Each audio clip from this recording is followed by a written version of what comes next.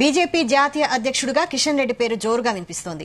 ప్రస్తుతం పార్టీ జాతీయ అధ్యక్షుడిగా ఉన్న జేపీ నడ్డాను కేబినెట్లోకి తీసుకునే అవకాశం ఉండడంతో ఆ ప్లేస్ను భర్తీ చేసేందుకు సౌత్ నుంచి తీసుకోవాలని చూస్తోంది బీజేపీ అధిష్టానం. దీనికి తోడు రాష్ట్రంలోనూ బీజేపీ బలపడుతోంది. ఈ టైంలో తెలంగాణ నుంచి 8 ఎంపీ సీట్లు గెలిచింది.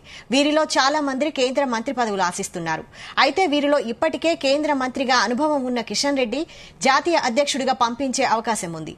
దీని ద్వారా తెలంగాణలో పార్టీ మరింత బలపడడంతో పాటు సౌత్ లోనూ వ్యక్తికి మంచి అవకాశం కల్పించినట్లుగా పార్టీ చెప్పుకునే అవకాశం ఉంది.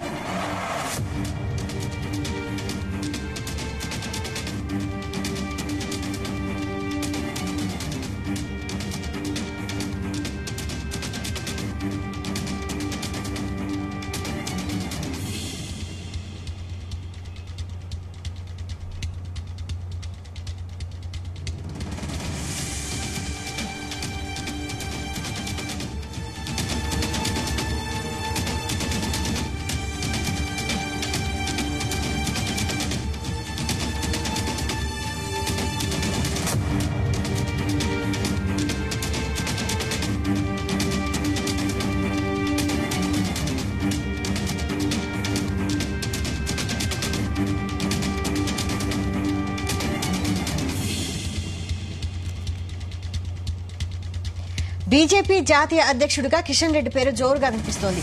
ప్రస్తుతం పార్టీ జాతీయ అధ్యక్షుడిగా ఉన్న జేపీ నడ్డాను కేబినెట్ లోకి తీసుకునే అవకాశం ఉండడంతో ఆ ప్లేస్ ను భర్తీ చేసేందుకు సౌత్ నుంచి తీసుకోవాలని చూస్తోంది బీజేపీ అధిష్టానం. దీనికి తోడు రాష్ట్రంలోనూ బీజేపీ బలపడుతోంది. ఈ టైంలో తెలంగాణ నుంచి 8 ఎంపీ సీట్లు గెలిచింది. వీరిలో చాలా మంది కేంద్ర మంత్రి పదవులు ఆశిస్తున్నారు. ఇదే అంశంపై మరింత సమాచారం మా ప్రతినిధి శ్రీచరణ్ లైవ్ లో అందిస్తారు. శ్రీచరణ్, కేంద్ర హోంమంత్రి అమిత్ షాతో పాటు ప్రధానమంత్రి నరేంద్ర మోదీ ప్రత్యేకంగా సౌత్ స్టేట్స్ పైన ప్రత్యేక ఫోకస్ పెట్టారు మిషన్ దక్షిణ్ పేరిట.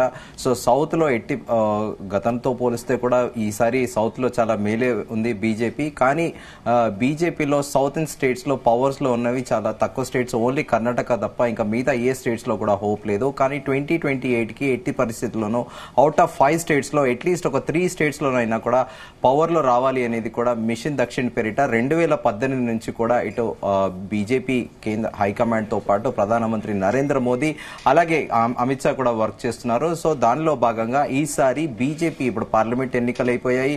రేపు ప్రధానమంత్రి నరేంద్ర మోదీ ప్రమాణ స్వీకారోత్సవం కూడా చేపట్టనున్నారు. సో ఈ నేపథ్యంలో అన్ని రాష్ట్రాల బీజేపీ అధ్యక్షులతో పాటు బీజేపీ జాతీయ అధ్యక్షుడిని కూడా మార్చే ఆలోచనలో కూడా బీజేపీ హైకమాండ్ ఉంది. ఎందుకంటే ఈసారి జయప్రకాష్ నడ్డాని కేబినెట్ లో కూడా తీసుకోవాలని కూడా బీజేపీ పెద్దలు భావిస్తున్నారు. ఈ నేపథ్యంలో సౌత్ నుండి వాళ్ళు ఏదైతే మిషన్ దక్షిణ అయితే అనుకుంటున్నారో, సో సౌత్ లీడర్ ని, ఒక prominent leader, senior most leader ని కూడా సౌత్ నుండి ప్రొజెక్ట్ చేసి జాతీయ అధ్యక్షుడిని చేయాలనే ఆలోచనలో కూడా బీజేపీ హైకమాండ్ ఉంది.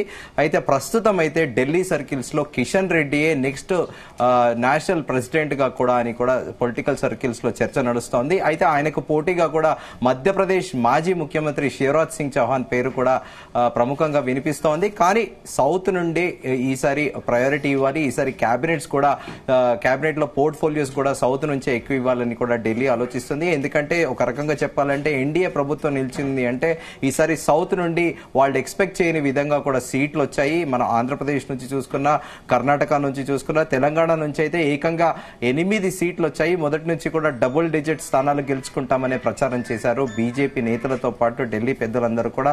ఆశ్చర్యకరంగా ఈసారి కేరళ నుంచి కూడా నటుడు సురేష్ గోపి కూడా గెలవడం కూడా కేరళలో కూడా వాళ్ళకి ఫ్యూచర్ లో ఒక హోప్ అయితే ఆయన క్రియేట్ చేశారు.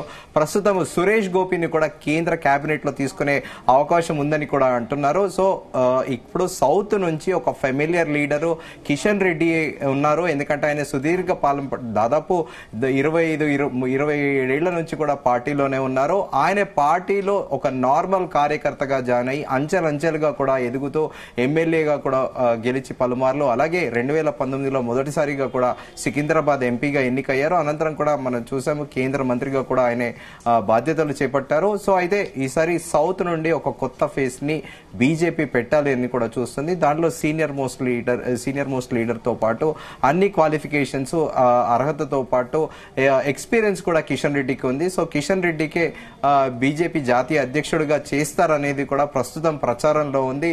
సో రేపు కేబినెట్ మంత్రులు కూడా రేపు ప్రధానమంత్రితో పాటు ప్రమాణ స్వీకారోత్సవం చేస్తారు. అనంతరం కూడా ఇంకా 2 నెలల సమయం కూడా ఉంది. దేశవ్యాప్తంగా అన్ని రాష్ట్రాల అధ్యక్షుల్ని మార్చే ఆలోచనలో కూడా హైకమాండ్ ఉంది. కానీ కిషన్ రెడ్డి పేరు మాత్రం చాలా ప్రముఖంగా వినిపిస్తోంది. ఎందుకంటే ఇటు ఆంధ్ర తెలంగాణలో కూడా చాలా సుపరిచితులు కిషన్ రెడ్డి. సో ఆంధ్రలో కూడా 2028లో బీజేపీ ఇండిపెండెంట్ గా కూడా పాగా వేయాలనుకుంటోంది. ఈ నేపథ్యంలో కిషన్ రెడ్డిని ప్రెసిడెంట్ గా చేస్తే 2 స్టేట్స్ లో కూడా ఒక మైలేజ్ వస్తుంది. అలాగే సదరన్ స్టేట్స్ లో కూడా ఇటు తమిళనాడు కానీ, కర్ణాటక కానీ, కేరళలో కూడా బీజేపీకి ఇంకా మెరుగయ్యే ఛాన్స్ ఉంది. మనం 2019 నుంచి కూడా చూసుకుంటే గ్రాడ్యువల్ గా బీజేపీకి ఓట్ బ్యాంక్ పెరుగుతూ వస్తుంది. అన్ఎక్స్పెక్టెడ్లీ, సర్ప్రైజింగ్లీ ఎవరు కూడా ఎక్స్పెక్ట్ చేయలేదు. 2019లో బీజేపీకి 4 పార్లమెంట్ స్థానాలు గెలుచుకుంది. అనంతరం కూడా జీహెచ్ఎంసీ ఎలక్షన్స్ లో కూడా ఆశ్చర్యపోయే విధంగా 48 సీట్లు కూడా గెలుచుకుంది. మొన్న జరిగిన అసెంబ్లీ ఎన్నికల్లో కూడా దాదాపు 8 మంది ఎమ్మెల్యేలు 14% ఓట్ అనేది పెరిగింది బీజేపీకి. ఇప్పుడు మన పార్లమెంట్ ఎన్నికల్లో కూడా చూసుకుంటే వాస్తవికంగా బీజేపీ 10 పార్లమెంట్ స్థానాలు ఇక్కడ గెలుచుకోవాలని ఆశించింది. కానీ 8 స్థానాలు వచ్చాయి. ఆ 8 స్థానాలు కూడా ఎన్నడూ లేని విధంగా చరిత్రలో బీజేపీకి ఇక్కడ 8 స్థానాలు రావడము ఇప్పుడు ఒక రకంగా చెప్పాలంటే సౌత్ ఇండియా నుండి హెవీ కాంపిటీషన్ ఉంది సెంటర్ క్యాబినెట్ లో.